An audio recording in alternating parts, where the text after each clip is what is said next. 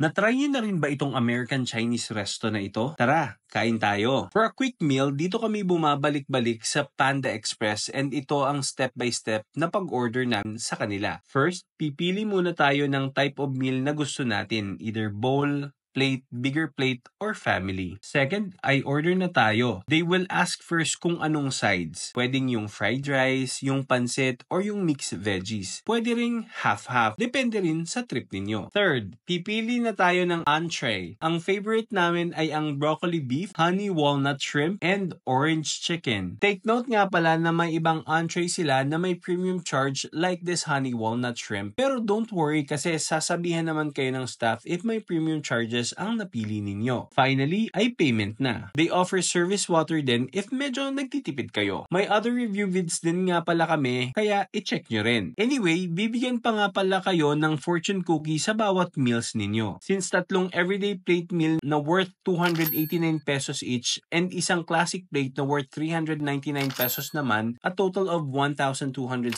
pesos ang nagastos naming grupo. Hindi naman nakakapanghinayang kasi for us, masarap yung mga napili naming meals kaya bumabalik-balik din kami. That's it, Finders. Bye-bye!